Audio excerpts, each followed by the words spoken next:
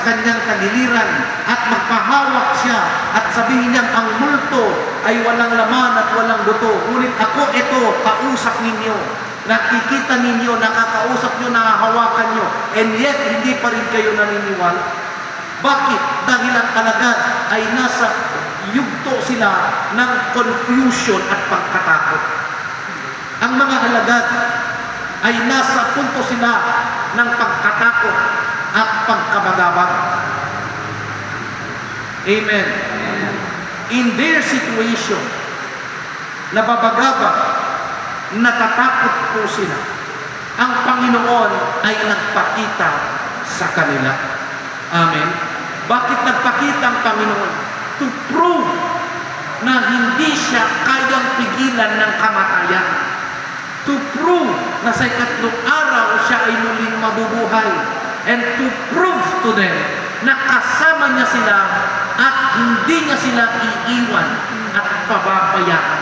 Sa paanong paraan na hindi sila iiwan at pababayaan.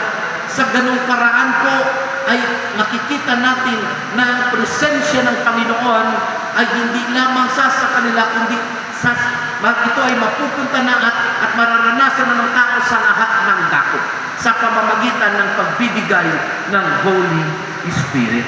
Amen? Amen. Hindi po ba dumarating din tayo sa punto na tayo ay napo-confuse? Amen. Tayo rin ay natatakot? Tayo rin ay nababagabag?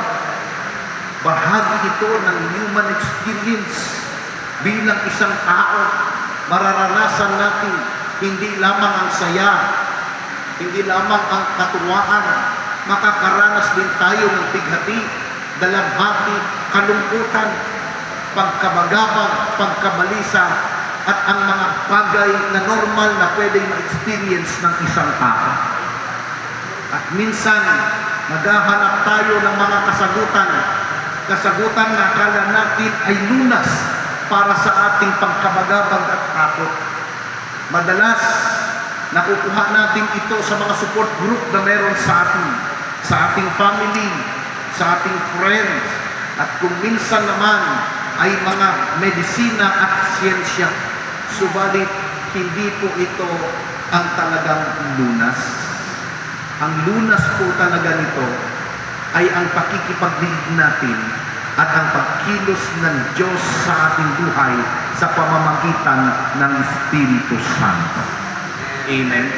Kaya nga ipinangako ng Panginoon na ibibigay sa kanila ang banal na Espiritu Santo na siyang ipinangako ng Ama sa kaniyang pangalan.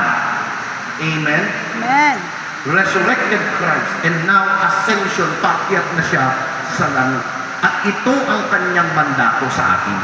Nung siya ay nagpakalma sa damdamin, pagkabalisa at takot ng mga alagad, meron siyang mandato o inuutos nung siya ay umakyat na sa langit at pinagbilinan silang huwag kayong aalis sa lugar na yan hanggat hindi kayo nilililiman ng kapangyarihan ng Espiritu Santo. That is the promise of the outpouring of the Holy Spirit na ibibigay na hindi lamang sa kanilang mga alagad, kundi sa lahat ng tao, Hudyo man o Hintil, as long na sila ay naniniwala sa resurrected Christ of Nazareth. Amen?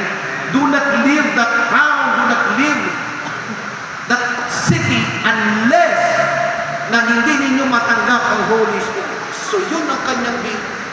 Bakit sinasabi niya na huwag kayong aalis sapagkat ibibigay sa inyo ang Holy Spirit na magkakaroon ng outpouring sapagkat ito yung mag-empower po sa atin.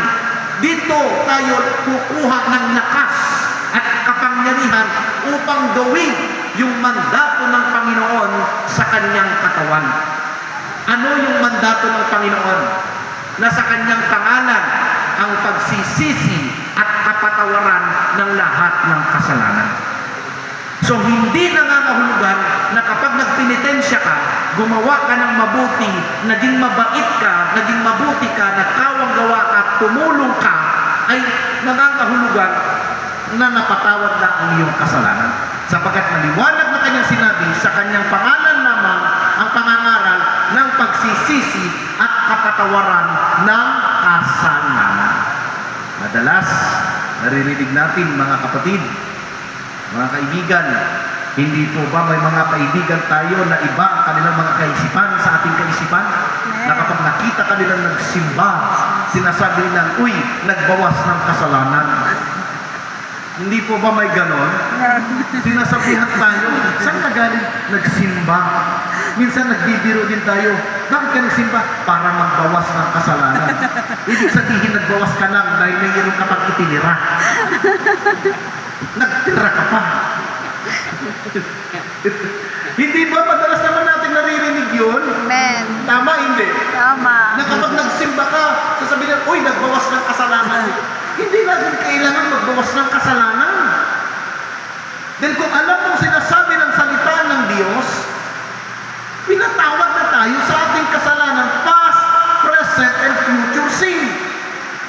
Kaya nga sabi ng Biblia, without the shedding of the blood, there is no forgiveness of sin.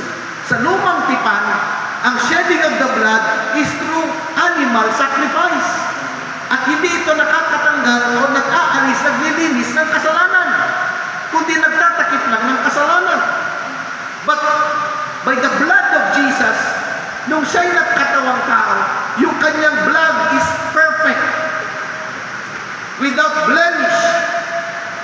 At nung ito ay nabubok sa krus ng Kalbaryo, ang sinasabi ng Biblia, ito ang naglinis sa lahat ng ating kasalanan.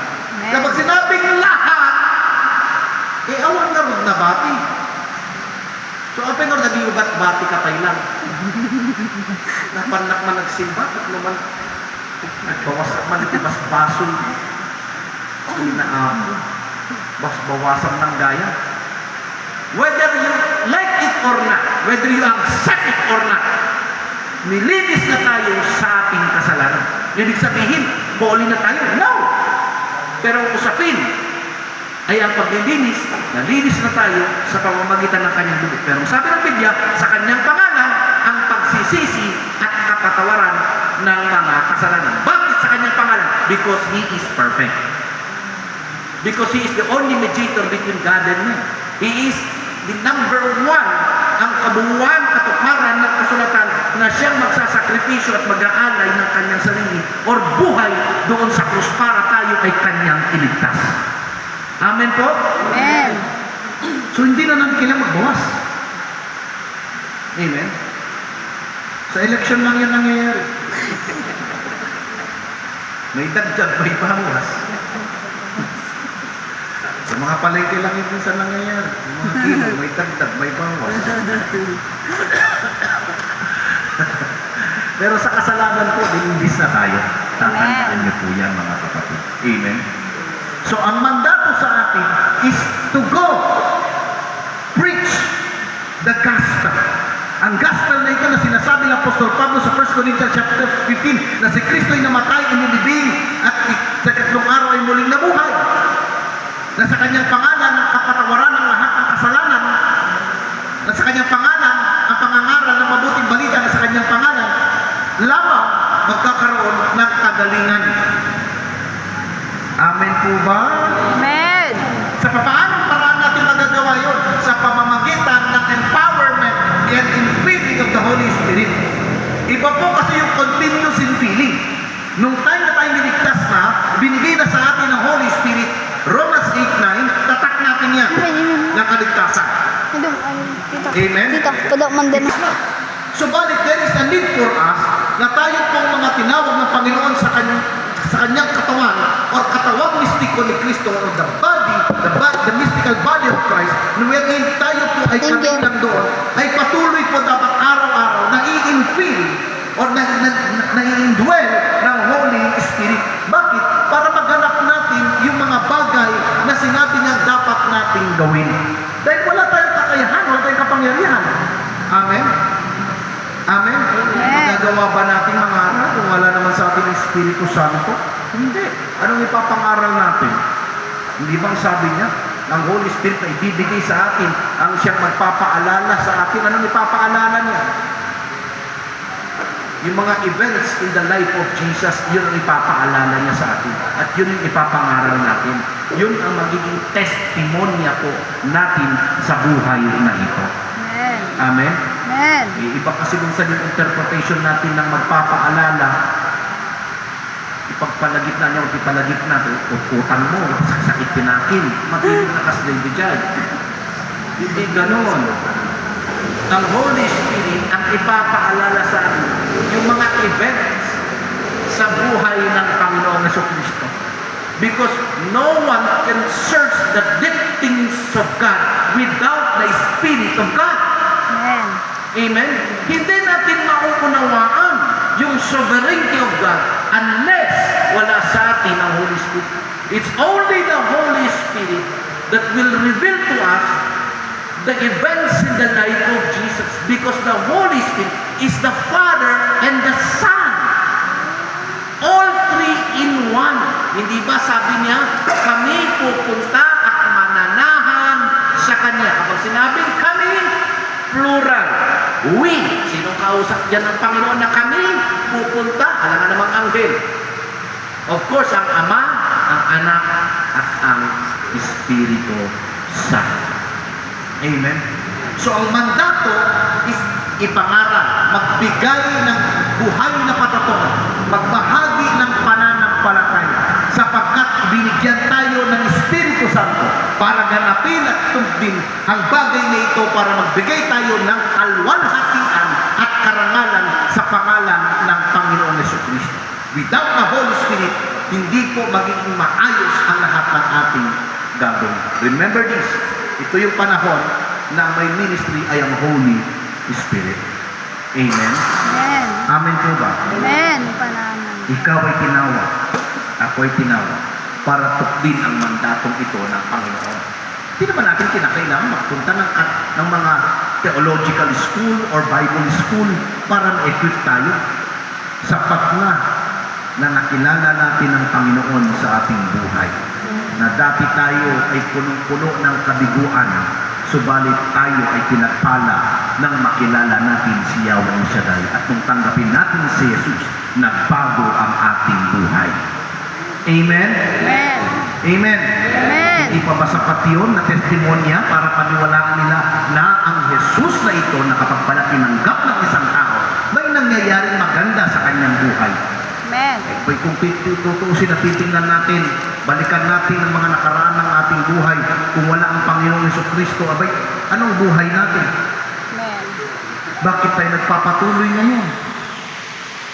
Hindi naman sinasabi natin na kapag tayo ay meron ng Kristo sa ating buhay, magtatagumpay na tayo sa lahat, tayo yayaman na, tayo wala ng utang, hindi ka na magkakasakit, hindi ka na mamamatay. Abay, hindi ganyan ang pangako ng Panginoon. Amen. Hindi ganyan ang sinasabi ng salita ng Diyos. Agree o agree? Agree. Kailangan agree kayo. Agree o agree? Agree. O agreeing? Tama o tumama? Tama. Kasi titingnan ninyo nung wala tayo sa Panginoon, ang buhay natin is napaka-miserable. Amen. Di ba?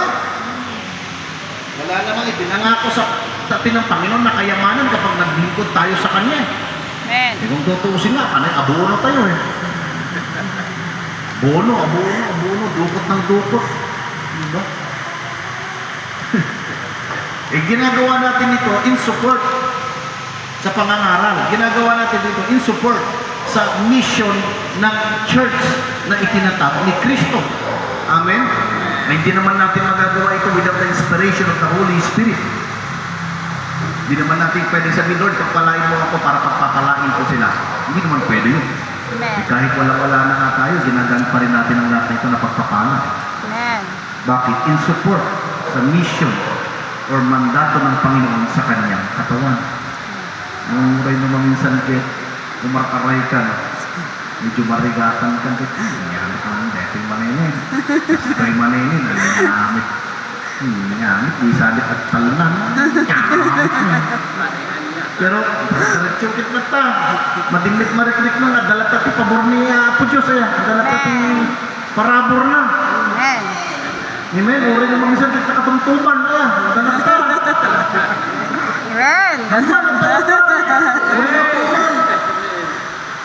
Margrigatan ka. Kumparan pa. J-sales mo. Di na minsan na doon. Kundikal mo. Nakita ka. Nagadot tao. Matang. Tapos no, ibagam na kan. Ibagam iti kasi yung istorya. Iti kakadwang ko. Man, nagatot tao. Itatang. Apay nagbasiklit ti sales. Di na minsan basit tao yung daktin. Tapos bagaan na ka, ipagbagang mo tipod no. Si kamit, bulbola tawin dakot man yun.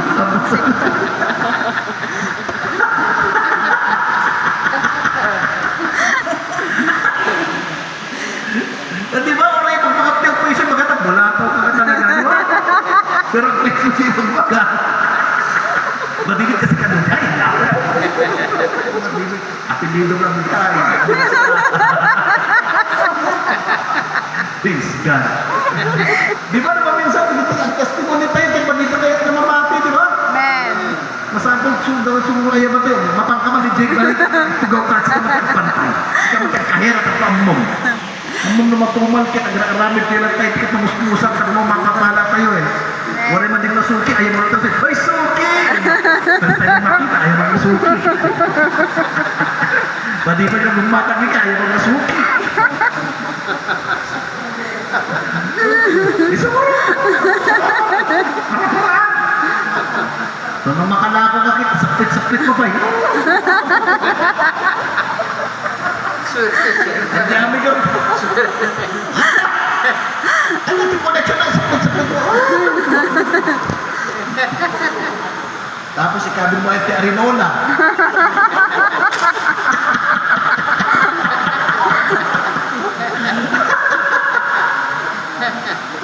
Sakit-sakit mo. Tapos ikabi mo ay Arinola.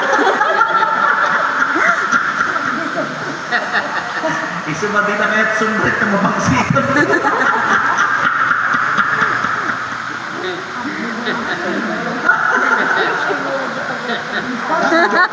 Hindi ka na usap na rin wala din.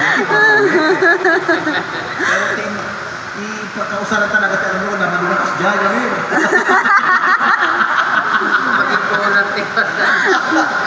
Okay lang, kanyang arugmasa po na tayo. Pilipino tayo. Basta natigumata, sakit-sakit mo. Ito. Tapos lalakay di may isang ayaw ka, di battery. Basta-basta mo.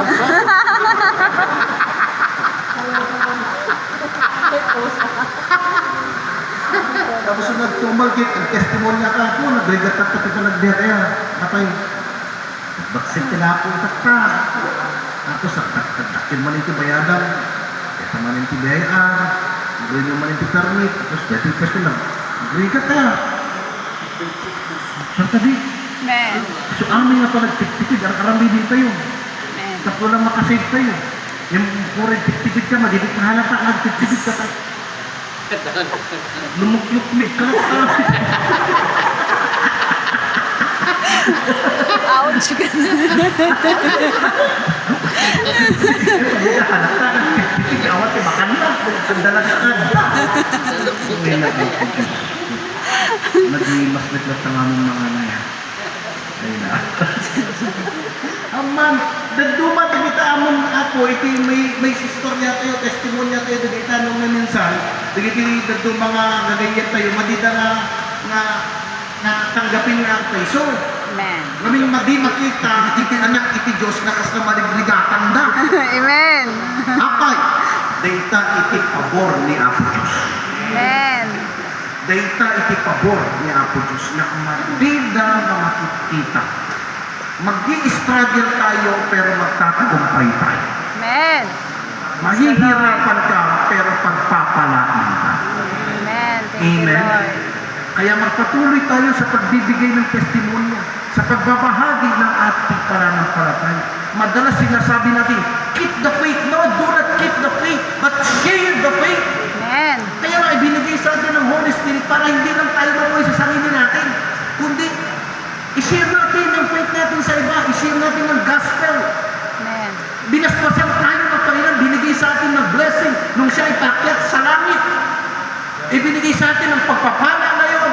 Kaya yung pagpapala na yun na hindi dapat natin i-keep, kundi dapat natin i-share dahil binigyan tayo ng mandato na sa kanyang pangalan ang kapatawaran at kagalingan at pangangaral. Amen. Only in the name of Jesus. Amen? Amen. Kaya dapat na magpatuloy tayo sa mandato sa atin ng Panginoong Jesucristo. Huwag nating biguin ang Panginoon. Ini-expect niya na gamitin natin yung mga gifts na yan, yamang naibigay na sa atin ng Holy Spirit, in-empower niya tayo at nagkaroon ng permanent indwelling ang Holy Spirit sa atin kumpara sa lumang tipan na walang permanent indwelling. Amen. Sa lumang tipan, pansamantala lang na ibinibigay sa kanilang Holy Spirit for a specific purpose, for a specific task. Si Bezalel, na galing sa tribe of Judah, ibinigay ang Holy Spirit sa kanya para sa gampanin doon sa templo. Si David, si Solomon, si Samson, pansamantala na ibinigay sa kanilang Holy Spirit. Hindi sila permanent na na-indwell, pero ang Holy Spirit in the New Testament ay permanent na nag-indwell sa atin. Tayo yung banal na tahanan ni Yahweh El Shaddai sapagkat tayo ay pinananahanan ng Espiritu Santo ng Diyos. Amen. Tayo ay pag-aari ng Diyos. Amen. Tayo ay para sa Diyos. Tayo ay sa Kanya. Amen. Amen? Amen. Kaya nga, brothers and sisters, itong ebanghelyo na ito ay magbigay sana sa atin ng inspirasyon. Amen. Sabihin mo palagi sa sarili mo, ang Holy Spirit ay nananahan sa akin. Ang Ama, ang Anak at ang Espiritu Santo ay nananahan sa akin. Kasapatan na ito para ako ay lumakad sa ilalim ng kanyang pagpapala. Kasapatan na ito para gawin ko ang mandato ng Panginoon bago siya umakyat sa langit at lumuklok sa kanan ng Ama. Gawin natin ang lahat ng mga bagay na ito hanggang sa muli niyang pagbabalik. Walang susuko. Amen. No retreat, no surrender, no pain, no glory, no ID, no entry. Hindi ka makakapasok. Isama pa. Pero sa totoo lang, sa paglilingkod, there's no pain, there's no glory. Amen. Ang Panginoon dumaan sa painful experiences. Pero yung glory na kampanya. Amen. Amen. No retreat, no surrender, no turning back. I have decided to follow Jesus. Jesus. No turning back, No turning. no turning back. At the end of the day, iisa ang lalabas sa ating bibig. Give thanks with a grateful heart. Give thanks to the Holy One. Give thanks because it's given Jesus Christ, His Son. And now, let the weak say, I am strong. Let the poor say, I am rich because of what the Lord has done. Huwag kayo mag-sing. For us. Give Give thanks. thanks. Tapos sa huli, magpupuri tayo sa Panginoon. Magbigay tayo sa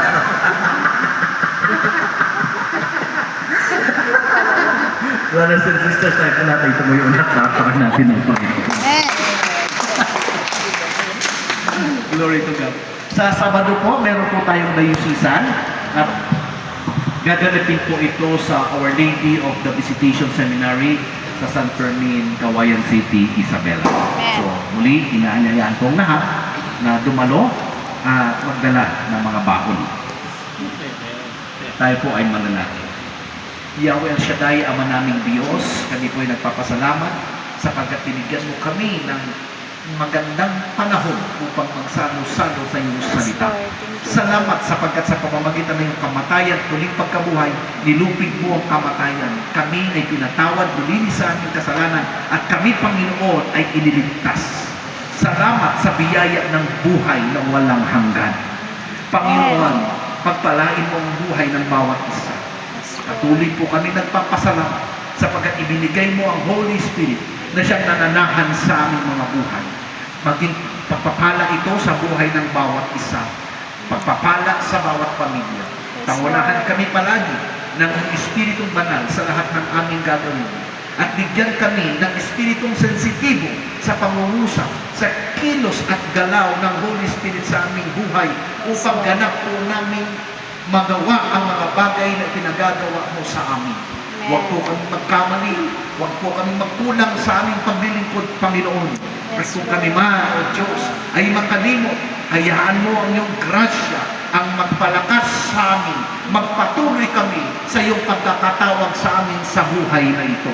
Pagpalain mo ang bawat pamilya, bawat negosyo at trabaho. Dalangin ko ang magandang kalusugan at kalakasan at magandang pangangatawan. Pagpapala sa bawat pamilya at negosyo ito ay ipagkaloob. Panginoon, patuloy po kaming humihingi ng iyong pabor. Patuloy po kaming dumadalangin para sa aming mga kasamahan na sa kanilang buhay ngayon ay nakikipaglaban sa kanilang mga sakit. Dalangin ko ang tuluyang pagpapagaling mo kay Brother Danny Paros, Yes, kay Lord. Sister Nene Tinang Panginoon, Amen. na silang lahat ay gumaling, Amen. Panginoon. Yes, Lord. At ang mga buhay na pinagdaanan nilang ito ay bahagi lamang ng testimonya nila Yes, na Lord. ikaw, Yahweh Shaddai, ang Diyos na hindi nagbabago Yes, Lord. noon, ngayon at magpakailan pa man, na ikaw pa rin ang Diyos sa kasalukuyan na nagpapagaling at gumagawa ng himala at sa iyo ay walang imposible. Yes, Lord. Marami pong salamat, Banal na Espiritu Santo, sa biyayang ito. Bisitahin sila ng anghel na Amen. magdirigma. Yes, Lord. Bisitahin sila ng anghel na mensahero na dala ay kagalingan at himala Amen. sa pangalan ng Panginoong Jesus' Yesus. name. Yes, Pagpalagin mo rin ang pamilya ng bawat isa na nasa ibang bansa o nasa malayong lugar. Yes, Ang iyong Lord pabor, God. Panginoon, proteksyon at galutin mo kami ng banal na kapangyarang dugo ay patuloy na yung maranasan. Amen. Ulihin ka, Yahweh El Shaddai. Ingatan mo kami sa mga bagay na nakikita at hindi nakikita at pagpalain ng iyong mga pamilya. Ilayo Yes, sa Lord sa God. mga disgrasya, kamatayan at sakit. In Amen. Jesus' name and by the blood of Jesus and by the fire of God, na Amen. namin ang tagumpay at proteksyon. In Jesus' name, ang lahat ay magsabi ng Amen. Amen. Ng Ama, Anak, Espiritu Santo. Amen and Amen. Palakpakan natin ang Panginoon. Sa akin po mga prayer request nyo at ipapanalangin po ni Brother Jojo. Sige po, taas po natin bag, wallet, tubig, langis, Bible, panyo, prayer request. Lord, dasal ko po sa pagpaspas mo sa lahat ng mga itinataas ng mga gamit, Yes, mga bag, mga financial blessing, langis, Amen. makainom ng tubig din, lalakas, gagaling, matahiran ng Lord. langis, pagpalain mo ang mga prayer request, maisulat man o hindi, answered prayer na. Ganon din Lord, ang kamay na napatungan ng kamay sa may sakit sa bahay ay lumalakas, gumagaling. Kailangan i-bless mo rin ang kanilang mga pananim, mga negosyo, mga tindahan, pagpalain mo Lord sila, ang mga tinda na anumang klaseng mga paninda, pagpalain mo at maraming bibili, Panginoon, sa kanilang mga negosyo. Salamat, Panginoon, ang aming pag-uwi. Samahan mo ulit kami para magtagumpay kami na makarating sa aming mga tahanan. Ganon din si Brother Dennis. Pagpalain mo rin ang Yes, Lord kanyang God. pagbiyahe papunta Amen. sa lugar nila Huwag siyang sa Mariana, ako din Cagayan, sa Kawayan. At lahat ng mga may sasakyan, ingatan mo. Salamat po, Lord. Amen. Yes, Ito ang aming Lord. panalangin sa pangalan ni Jesus. Santo. Amen. Jesus.